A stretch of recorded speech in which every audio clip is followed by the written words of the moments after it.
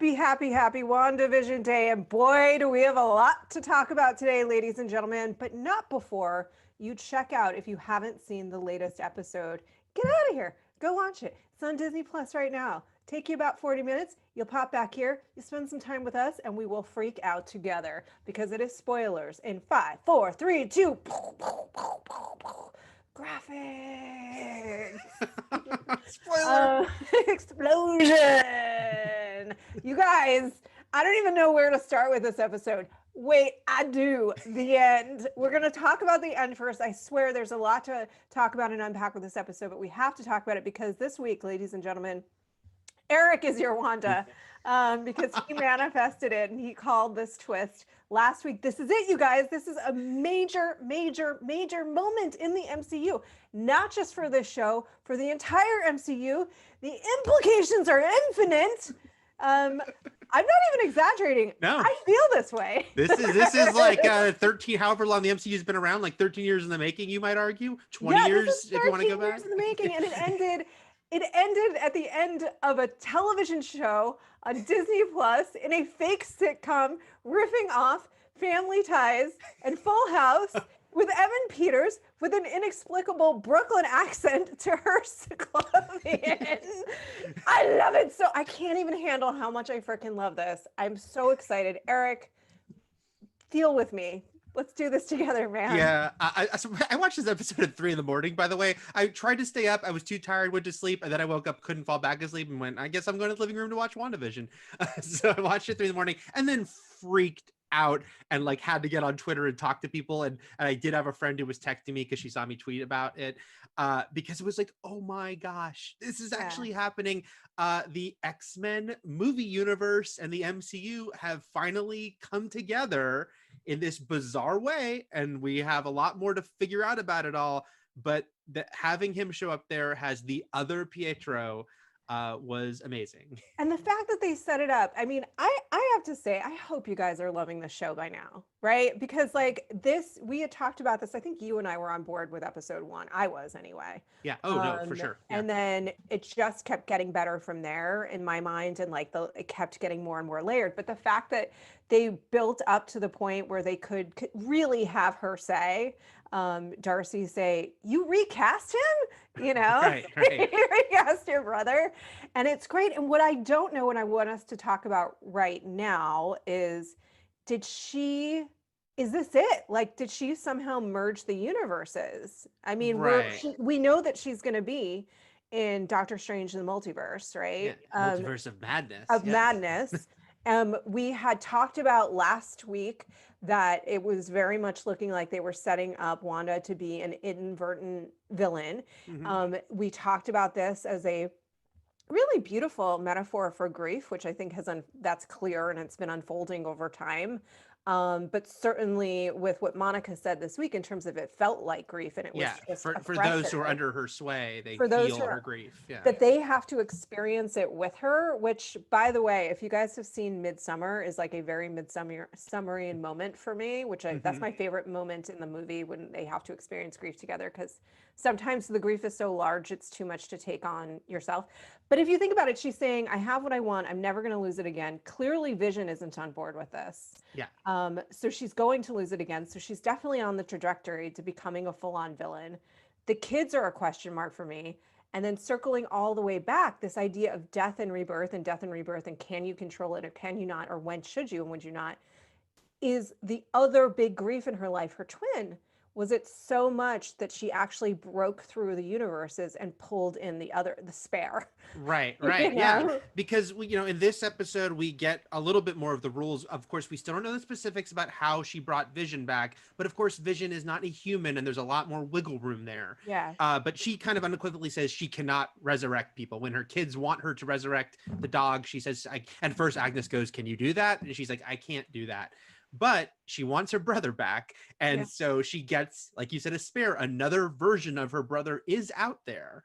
And she is able to bring him to her. And like you said, like, we don't know did she just completely destroy all barriers, or did she make a window for Tobey Maguire and Andrew Garfield to come through? It feels like this is the beginning of all that, though, right? Like this really does. the opening of that, so which is crazy. And what's crazy is that it's so comic booky in the middle of the middle of this Lynchian show that I think is very audacious. Like Yeah. they felt at liberty to get even more audacious and daring with what they were doing, because it was going to television. But again, it's an expensive show, Yeah. very clearly. So I'm delighted by this, and obviously the internet is on fire. You were ahead of me. So this morning we'll break the fourth wall here, and I pinged you and Ryan, who's going to be collecting your comments in chat to chime in later about how you freaked out, and said, hey guys, I'm super busy today. Why don't we just double up next week? And you, Eric, went, no, we're not going to do that. You should go watch this program right now, which I did. And I'm so glad you made that call. But what I wanted to ask you is, because like, this is very fresh for me, so I haven't Yeah. seen all of the theories. What are the folks saying? I mean, there's still the what if this isn't actually the Quicksilver from the X-Men movies? And I understand that there's still, again, I'll use the term wiggle room again. First of all, there's people saying like, oh, it's just, again, secret villain who's making himself look like something else, him or her look like something else. There's also, here's my other thing that it could be. It can be a guy named Peter. Again, I should use his X-Men movie name, but a guy who is like the MCU version, another, who's been plucked into this role, right? She needed a brother. She plucked this guy. But here's the thing I will say that I don't think it is. It's not just a wink, wink nod to the X-Men movies. Kevin Feige don't play that.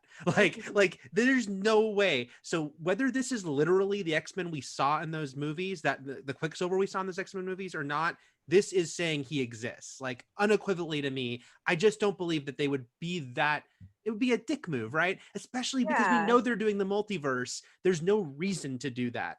And so I think it probably is just that Quicksilver, but even if it's not, it is definitely saying he exists and those X-Men movies exist within the MCU multiverse now. I think it is establishing that pretty firmly. And I agree with you. Kevin Feige knows his audience better than to pull that kind of move, because it would just piss us off, Yeah.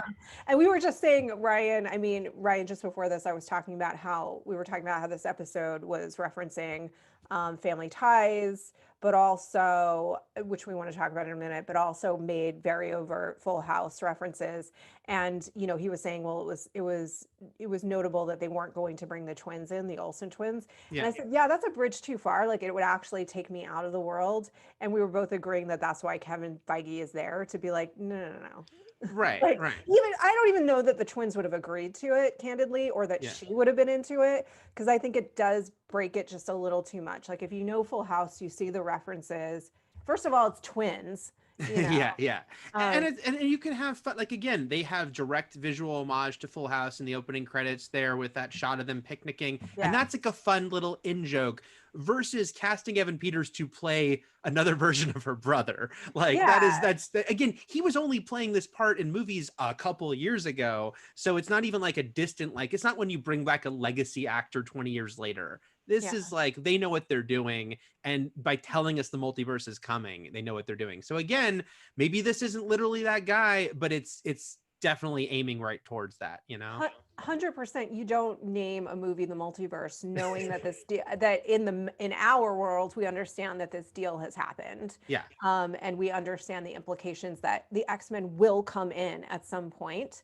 And that this is like in a very character-driven way, because this is an entire series about Wanda reconciling herself with all of the loss that she's experienced in her life, which is substantial, as we've discussed before. This is a beautiful way to bring it in. It doesn't feel ham-fisted at all to me. I think it's ingenious, and it's funny. I guess I'm slightly patting myself. I dropped something. Patting myself on the back a little bit in that this is I called it, but I think it works so well because it's a multi-level thing. That's the reason I thought they might do it. Is it's like it accomplishes. It's a story point. She can't bring her brother back, but she wants him back, so she'll get someone to take that place of her brother. It's a giant MCU thing, like you said, because it's, oh my gosh, these X-Men movies, they're going to finally kind of collide. And it's a meta sitcom joke because sitcoms recast actors famously, like Roseanne and Fresh Prince of Bel-Air and Bewitched. So it's like, has Darcy's like, she recast Pietro. So it also functions on that level for what the show is doing. Went back and forth, if you recall. They did, which is what I thought they might do on this show, and they still might, in some weird way. Yeah. But except that sorry, I interrupted you because I was excited. That's Yeah, we're because about I to get agree with you. I am so impressed with the skill and like the storytelling and the yeah. control that they're using and like how to me they know exactly what they're doing at every given moment. Every single beat has a meaning and probably 10. I mean, I just think this is like aside from being very exciting in the world of the MCU, if you've invested the time. I mean, Eric, you've invested your entire life in this, I but guess like so. Yeah. even if you've just invested in the time as a viewer, right? Yeah. Like, this is a lot. It's a big deal. It's a payoff, but also it's so emotionally resonant, to your point. And they might, and if you just like sitcoms, which I do, Yeah. Yeah. and understand all of those references. So I'm excited by it. I do want, I do hope that this is it. Like this Quicksilver is the Quicksilver. And first Hmm. of all, we have to talk about how he matches. We were talking about this before in terms of sitcoms. Like the uncle who doesn't seem to belong, which was a very, very full The house. And he's crazy the uncle. Yeah. crazy uncle who's like, I don't know, guys, look at my leather jacket. And he's definitely like Uncle Jesse from Full House. You mentioned he's like also referencing family ties. And The that Tom Hanks character, character, Uncle Tom Ned. Hanks character, I mean, that character exists um, in a multitude of family sitcoms. But I do think what's interesting too and funny is that we were saying like yeah in the 80s they just didn't even like people didn't even have to look like they were even remotely related Right. Right. to be cast in the same show. But actually, Evan Peters and Elizabeth Olsen slightly look more like siblings to me than she did with Aaron Taylor Johnson. Aaron Taylor Johnson, her brother lover from Godzilla and, Right. and the Her brother Avengers.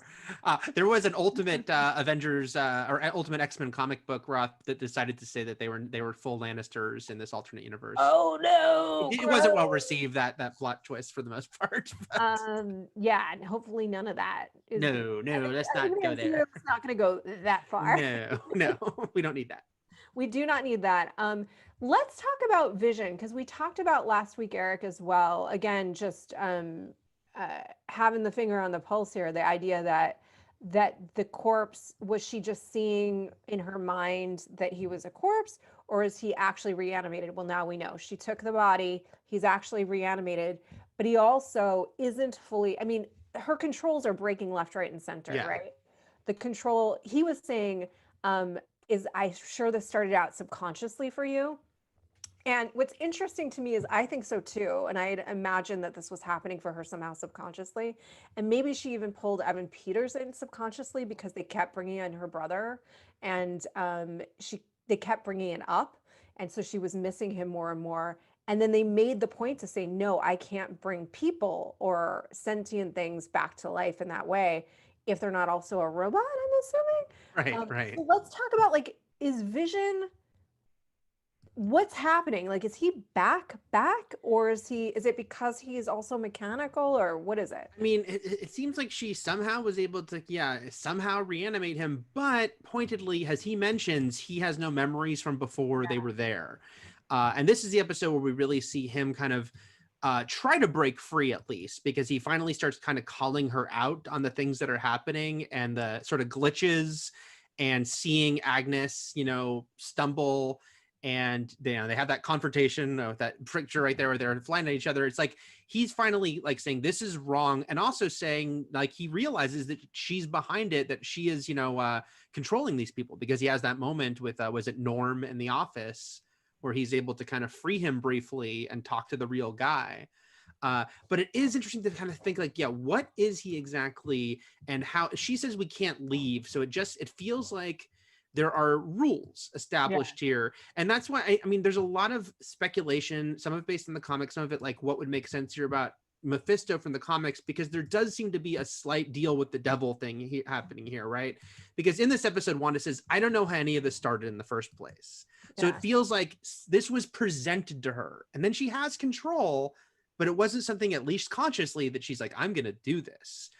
So Eric, I just want to establish that we really are going to go through all the M's every episode. Yes. Right? Like, previously, talked about Mojo as the idea, and now MODOK. Well, MODOK we said, but we didn't mean. Right. We originally pitched Mojo, which made sense. Yeah. And now we're talking about Mephisto and a deal with the devil. So we are just going to go through all that M's, but that does make sense. Like, I had always imagined that this would be a combination of someone doing something to her and then her control, and then her power kind of being beyond what she even imagined it could be. Right. Because, and they've established that whatever she's manifesting in this world and recreating, it is now real. Like, except we have to imagine that those rules, to your point, might mean that if you exit the confines of that world, um, then Vision at the very least would no longer be alive. Right. Yeah. That's it. Just seems like, you know, how sad she was at the end of the last episode about we can't leave. Like, it just feels like, yeah, it's like that's kind of like the bargain for whether this is a conscious deal. She said, I accept that deal, but or more, it sounds like something that just kind of was happened.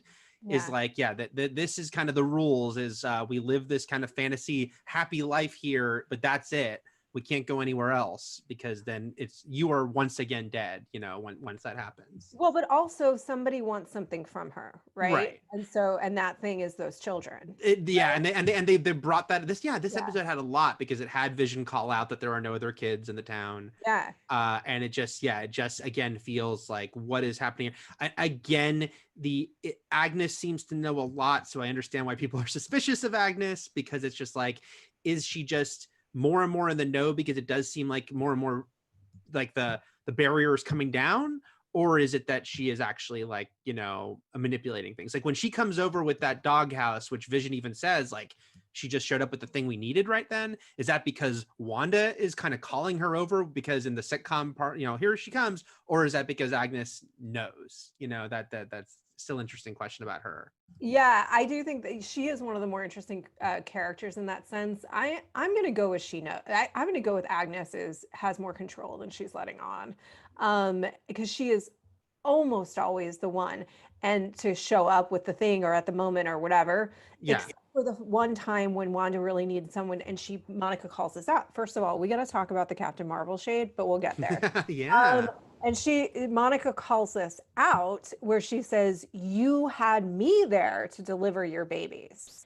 And it was because on some level you knew you could trust me and I'm on your side. And so in the moment where she was the most vulnerable and really needed somebody she could trust, that's who was there, you know? So I do think it's interesting. That makes me think, like, she doesn't fully trust her. Something is going on there with Agnes. That said, clearly, like, the more aware, I mean, Wanda has Vision has definitely a moral compass, but Wanda has, I mean, he's designed that way. But Wanda has a conscience too. And so when the more she's becoming aware of the pain that she's causing, that's where I also think the fragment is happening. Like, Vision is acting like the external version of her moral compass, you know, to some degree, because one of the moments that I thought was so cool about that was just that the credits were rolling, and normally that would be the moment that they snap back into their, like, sitcom reality, but no, they just kept fighting. Yeah, he's like, you can't do this. You can't just, we're going to go to bed and you're going to change it to the next thing. It's, I was saying right before we started recording, this was, people have already made comparisons anyway, but this was very Too Many Cooks as far as like stopping, you know, so, and it even kind of goes digitized, very similar. When they leave the room, they leave the credits behind. That was really interesting there, because Vision, he is now conscious of what's going on. But you know what was also notable was he said, you can't control me, and she says something like, can't I? Like, you know, she does kind of act like maybe I could, like, it seems like she wants him to just she wants them to be happy together. So she's been kind of, quote unquote, allowing him to be like the happy husband and control his own sort of fate, even though sometimes that means he's confused. But now that he's saying this is wrong and kind of pushing back on that, she was kind of being like, I guess I could, insinuating she could take much more control of him if she wished to, you know? Yeah. And obviously, like, here's the thing. And what's more, I'm so, you guys, this is like so my jam. Let's talk about this. What more classic, like, witch monkey's paw scenario than casting a love spell and then having to live with the fact that the person isn't really in love with you.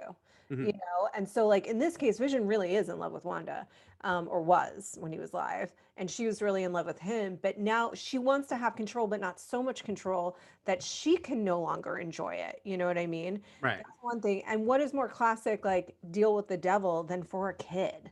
Like for actually to trade your children. And one of the things that I thought was interesting and later about this episode was she wanted them to stop. She's teaching herself. She's having her own moment of saying like, I know this feeling is something you want to get away from. I Yeah. know it's really hard. I know you just want to make it go away, but you can't. We have to live through these things in life. But she can't withstand that herself. Right. One, and two is like they kept aging up in order to avoid their feelings. But clearly, somebody also wants them to keep aging up because wants them to get to the adult age faster because those kids are the end game. Like, well, sorry. Those kids are whoever, in addition to Wanda, is manipulating this wants them. Yeah. That's the goal. That's who they want, is because they are going to be very dangerous and very powerful. Yeah, and the other thing they did in this episode that I liked was they really talked about, yeah, sort of where Wanda's coming from. Monica had sympathy for her because she did feel her grief, and she kind of knew what motivated her in a different way. Yeah. And so, you know, she talked about, yes, she ejected me, but she also protected me. Didn't mean to rhyme there, but it happened as I was saying it. And then there's that great scene where she walks out of Westview and is in her full like Avengers uniform and very sort of powerful and menacing in a way we haven't seen except maybe when she fought Thanos. Yeah. And you know, she's like taking them all on. Now she pointedly says, "This is your one warning," and she does a major show of power, which is she has them all aim their guns at, is it Hayward, I think is his name, the sword leader. She doesn't hurt anyone, but she's like, look at how easily I could, which, by the way, probably not a complete coincidence that it was very reminiscent of when Magneto pointed all the guns in X-Men 1. Yeah. Magneto's her father in an alternate reality. So, exactly. I mean, and how mixed up is this going to get? How mixed up is this family dynamic going to get that she's creating here? I mean, that's kind of an interesting question as well. The other thing too, can we talk about this? We're gonna get to the shade now because I like, what was that moment all about where it was this meta moment that they put in Marvel movies where characters stand in for the fans. Yeah. And so they're talking about who is more or less powered, right? And who can do what and where. And Darcy's like, and Monica's like, she could have done anything she wanted. But you know, Thanos got in her way, but she's very, very powerful, establishing for us, the audience, like, you have to remember she's very, very powerful. Yeah. And then, you know, they mentioned Captain Marvel and she was not pleased. What happened there? What was that? I mean, I think the easiest assumption is it's something to do with her mom, and it could be as simple as she never came back. Like that was her best friend, and they had this emotional goodbye in the 90s, and then they never saw her again, and her mom was dying, you know, and it was like, you know, and just had to like, and as far as she knows, maybe she did because as we know, Carol returned after the snap, and her mom was still there. So maybe they reconcile. Like, it wouldn't even reconcile for Maria, maybe, but maybe in those last 2 years of her life, they saw each other. But maybe that's my big assumption in the moment was it has to do with her mom, and that they also, by the way, very pointedly seem to set up her getting her powers with the X-ray that there's nothing on it. Yeah. And we don't know. Will this show pay that off, or will it be Captain Marvel 2? That's the, you know, the genius of the MCU is they could just lay some of this could be paid off in this show. Some of it can be like, we'll deal with that in a movie in a couple of years, you know? Well, they're clearly, the thing that I'm really liking and that they've gotten better and better, I hope this continues, that they've gotten better and better at over the years, is like, clearly they're laying the groundwork for all kinds of stuff in this show. I mean, in this episode, they laid the groundwork for her powers, the crossover with the MCU, and multiverses all in one episode. And then, so, but it's still contained to and works for and serves this story. And I feel like that was in the first few movies, as they started to try and integrate it more and more, that was very spotty, and it would just be like random stuff thrown in because it was going to lead to something later. They don't do that anymore, and that's what's so impressive, because that takes a lot of skill on the part of the writers. Like, the show Yeah. is great, the acting is really wonderful, it's the everything, the set is, all of it's beautiful, well done, but the writers are the killers here. Like, to me, you know, these are the people that are serving up, like, all of this makes sense, it's emotionally resonant, it's serving the story, and it's probably setting up 75 other things that you're now going to be addicted to seeing down the line. Thank Yeah. you for your dollar bills. Yeah, and you know, I know it drives some people will kind of go crazy over if there is an occasional continuity mishap or something. That will happen, guys. But when you Yeah. look at how much that they do make work and link up, it's amazing. One thing that did make me laugh a little bit in this episode, though, with that whole conversation between Jimmy and Monica, which is basically like the Wanda almost beat Thanos, so did Carol. Is I'm like, how do they know this? This is only 3 or 4 weeks after Endgame, we've established now, because it's like Monica And they just weren't there. I was wondering that too. It's like, and I was like, and the only my only explanation I can come up with is there was a lot of people in that fight. There were a lot of like unnamed Wakandans and Asgardians.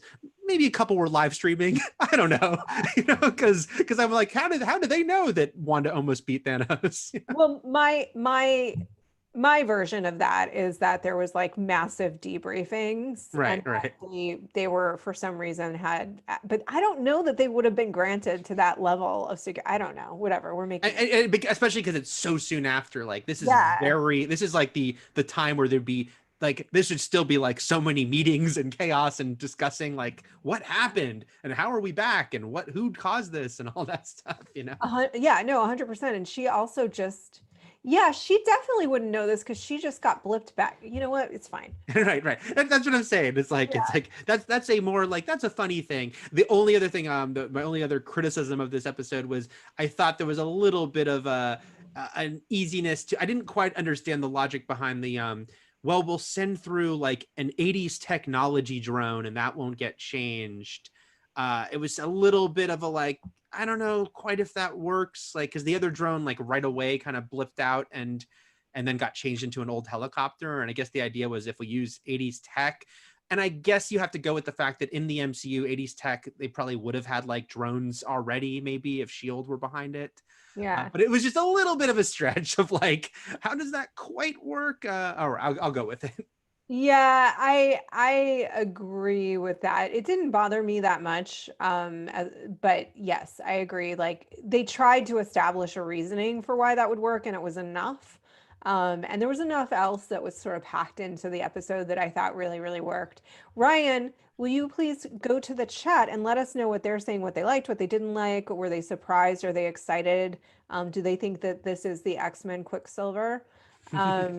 Yeah, it's interesting. We've talked about this a lot, and Eric, I think you and I together are getting exactly what we want out of the series. So let's just name some things we'd like to see next, and we'll just see what that does to the universe. And I gotta say, the last 2 years have really supported the simulation theory already in my mind. So shit, let's just make reality.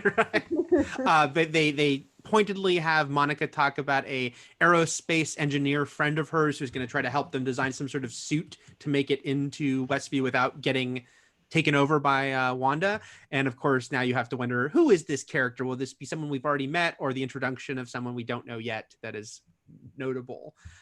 So I'm curious to see if it's got to be someone Monica knows, though. So yeah, we'll see if a deep cut Marvel character comes from that. Next week we're in the 90s. We assume, yeah. And from, I think this is all speculative because we know eventually there's like a Modern Family type episode, which obviously be much more recent, but there also is an episode that we haven't seen a lot from, but looks kind of Roseanne-ish. Like, it looks much more blue collar, her look. Which, and with the uncle. Yeah. I think that it makes sense with Peter's entrance, and also, yeah, because I was immediately like, hello, Brooklyn, you know?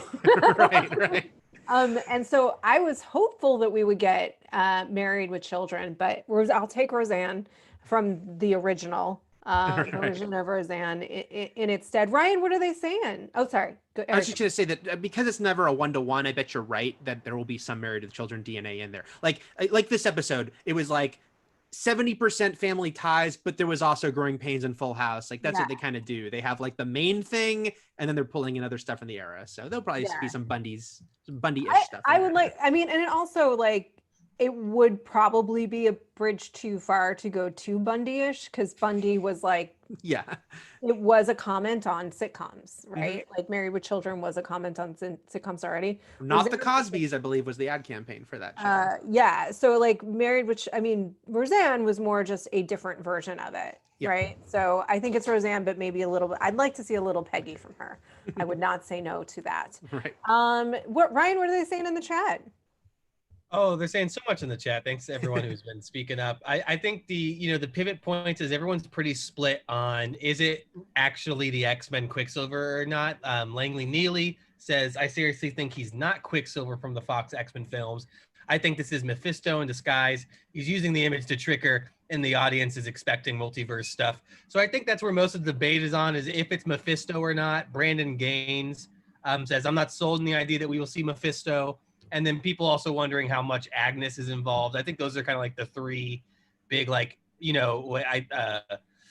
pulling. May Kabir says someone else has to be pulling the strings. So that's where people are wondering stuff. And then Kyrian V says, I want to know, what's the deal with the commercials? Who are they for, if not Wanda controlling it or losing control of it, especially with children on it? So Kyrian is still wondering about the commercials. That's a great point about the kids. Yeah, the you know what I think about the commercials? I want you to go, Eric, but the commercials to me are like her dream.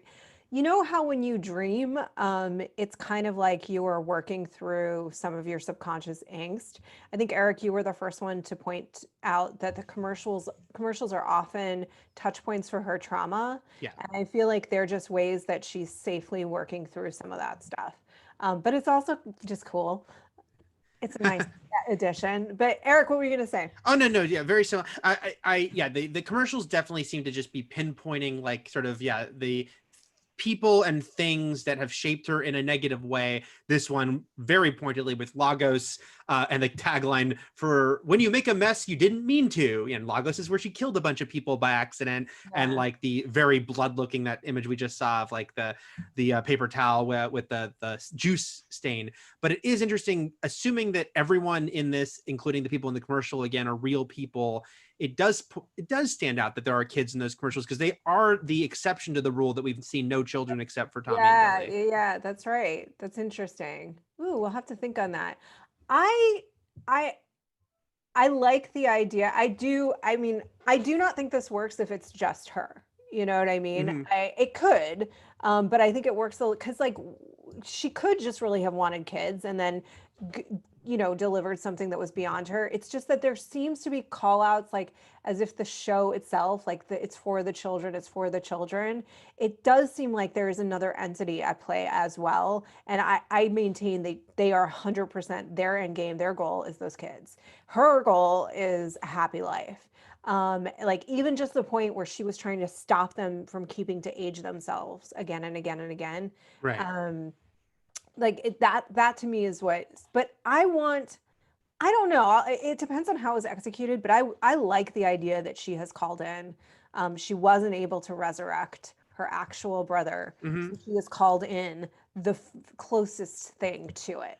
That's the idea that just seems the cleanest to me and just kind of works easy. Again, I feel like, there's room for wiggle room there. And there could be that. Again, it's not the guy we saw in those movies version, even though I still think it's still in that version of it. Say it is doing that. I still think this is our whole way of aiming towards the multiverse. Cause they've been very savvy about it, especially because, knowing that a lot of people who watch these movies don't read a lot of comics and aren't like well-versed on the multiverse. So first they have Mysterio invent that he's from the multiverse. Yeah. Like just introduce the idea in Spider-Man, and then it's a total fake out. And then this show could be like, in the version where he's not that guy, it's like, oh, it wasn't really that guy, but that guy is out there.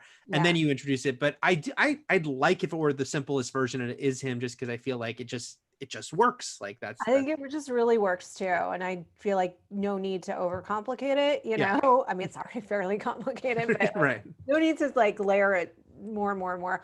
The other thing that I would say, and the reason I like Agnes being the epicenter of like whatever the entity is, whether it's Mephisto or not, like whatever it is, I like it being Agnes because have you guys seen Atomic Blonde? I'm going to make a point. It's going to make sense, I promise.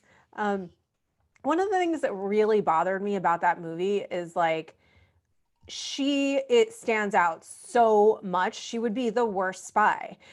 Like everyone in the universe would be paying attention to her because she's gorgeous, extremely well dressed in couture. Like I always think that the best like spy would be completely unassuming. You know what I mean? Like you don't even notice that person. So in this version, Agnes, it's not that she's unassuming and you don't notice her, but her like buffoonery and fear of Wanda, the transition between those two moments, which they've now given to her several times, like when she's talking to the neighbor, she seems so afraid of Wanda. And then in every other moment, she's like the quirky sidekick, like completely declawed, that is the perfect guise to actually be very dangerous. Yeah, you know? yeah. And I like that idea a lot too. Again, or someone who, even if she's not the main villain, because if it's the sort of the Agatha Harkness theory, that she's someone very powerful in her own right in some way, you know, that is there for a purpose beyond just being the wacky neighbor. Agreed, 100%. And then maybe, she's there for a purpose. And then maybe we saw her husband. There's a debate on that. You said we did. Have we ever seen Ralph? I don't know. We haven't seen him. He was, again, got a mention here. So he's pointedly never shown up, which again rides that fine line between sitcom trope like Vera on Cheers of the spouse we never see and makes you ask is Ralph someone important question. Exactly. Which is like, well, maybe she is somehow involved and like her mysterious husband that we never see is the one, you know what I mean? And she's somehow connected to it. So those are the two reasons I don't like it being Quicksilver, because I feel like that would almost be too obvious. And but the point in that direction is that he shows up right when it's falling apart. Right. And she does say, for what it's worth, to add to the other side of it, I guess, is that she says, I didn't do, when the knock on the door happens, I didn't do that. Yeah. That this was not something, at least again, there is that level of how much, you know, is this all in the version where this is all her and she doesn't even know it. Then, you know, maybe she unconsciously brought him there, but she, as far as she knows, did not cause that person to knock on that door. And she's confused at first. Yeah. And then it's like, oh, that's the new Pietro. Right. Which is one other supporting argument for that it is him. Yeah. He's not Pietro. He's not Peter. He's neither of those things. He is this other mysterious villain in a guise coming in right when it's all falling apart to kind of manipulate it the way that he wants it to go. So there is an argument to be made on both sides. Let's see how it plays out to see if we ultimately like it or not. Wait, was Ryan or were you going to say something else? Yeah, I was just Peggy Quinn also said that moment where she said like, "Do I do the scene again?" You know, like where she like looked at Wanda to be like that was a weird moment. I was wondering what you guys thought about that. And then there's a couple more fan theories of Sean Paez was bringing up Mordo as maybe being involved at some point, since this leads into Doctor Strange. And then I think 666 says, I like all your theories, but it's still Kang. So they think it's Kang, and we know it's I like Outlier. I like it. Wait, can I, Eric, I want you to answer that moment with Agnes. For me was it's just another way that the show can start breaking the reality and creating that dissonance. But in support of the Agnes argument, to me, it's like she always looks either really afraid of Wanda or really, really innocuous. Those are the two versions of her. Here's the other, and like really afraid, you know, which you would be really afraid in that circumstance. But she also, here's another argument for Agnes. She's the only one, as far as we can tell, that truly is aware, right? Like Vision had to unlock the other guy's mind for him to be aware of what was happening. It's a little murky because Herb also, you know, he seemed a little bit aware. He seemed a little bit aware, but Agnes seems the most aware, you know, on a frequent basis. You know, Agnes seems aware on some level. Yeah. Here's one other thought really quickly in terms of like, what is she controlling? What is she not? She said, I didn't do that. I didn't make the door, you know?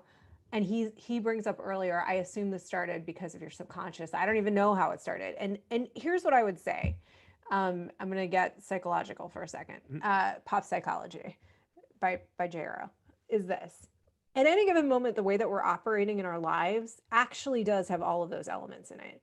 We are making conscious decisions, but we're also often doing things that are even self-sabotaging, things that are destructive to our own lives in big and small ways that are subconsciously driven, right? We're not aware of why we're doing that until we get in the therapist chair or whatever. And then the third thing is outside influences, other people influencing our lives. And all of those things are working together at any given moment to co-create our existence. And to me, like, this is just a much more heightened version of the way that we all live our lives, you know? Yeah. Yeah. Well, again, it's like, that's what's great with comic book characters can do these amazing things because, yeah, you can do this story and allegory for grief and sort of all the places your mind goes and all places, things you would imagine, wouldn't it be great if I could bring this person back and have this happy life? But you have the ability with superpowers to kind of have it play out on a bigger grand scale, you know?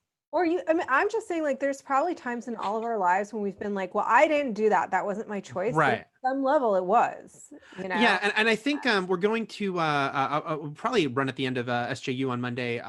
Kim interviewed Jack Schaefer, the showrunner for this series.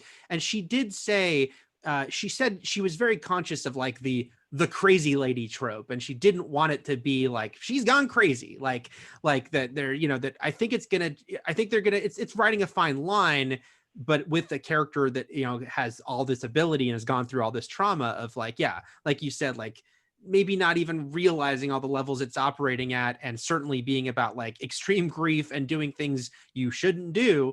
But I know she definitely said she didn't want it to be just she's gone insane, like, and that's it, you know, that it's yeah, but this show, like, to me, this show is hitting on something so much deeper than that, and something human, not gendered.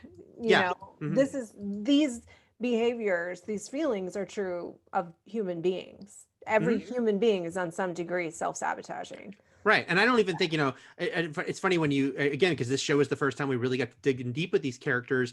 It's like they probably weren't consciously, as they're making these movies and they have a million things that they have to tackle, they probably weren't like, every movie Wanda's going to lose something. But then they looked at it and were like, oh shit, like she really lost a lot. And like, so if we're going to do a show about her, it can't ignore that, you know, like it should dig in deep with that. Yeah. I gotta say, I have liked the show, loved the show more and more every single time. I really, really hope you guys are now digging it. If not, that's fine. It's my jam. I can love it. Eric, good talking with you today. Nice talking to you. Two final thoughts, which is just, I want to throw out that Evan Peters notably is main cast. Just noticing that he is like listed amongst the main cast members. So I feel like he'll be sticking around, if not for every single episode remaining, significantly. And listed as Pietro Maximoff in the credits, but we know that doesn't mean anything. They can do whatever they want. And I also the last thing I wanted to mention is just it seems like the end of the last episode did away with the old sitcom aspect ratio. Yeah. So even though this was a 80s sitcom, it was filling the entire screen like HD. Although when they went outside Westview, then it got even more cinematic, and it, you know, so it was just interesting to see. It felt like once we went back into the sitcom at the end of episode 4 and saw things in an even more menacing way, that's like, okay, now the artifice is breaking down more and more, and visually is one of the first ways they're doing that. Yeah, absolutely. 100%. Yeah. I think the attention to detail is just really, really impressive. So, you know, it's been good Wanda-ing with you, Eric. Same here. Yeah, let's Wanda some more next week. We shall. Shall we Vision too? I think we're going to Wanda and we're going to Vision. All right, let's do it. All right. We love you guys. Be safe, be well, be happy. Manifest good things for yourself. WandaVision. That's it.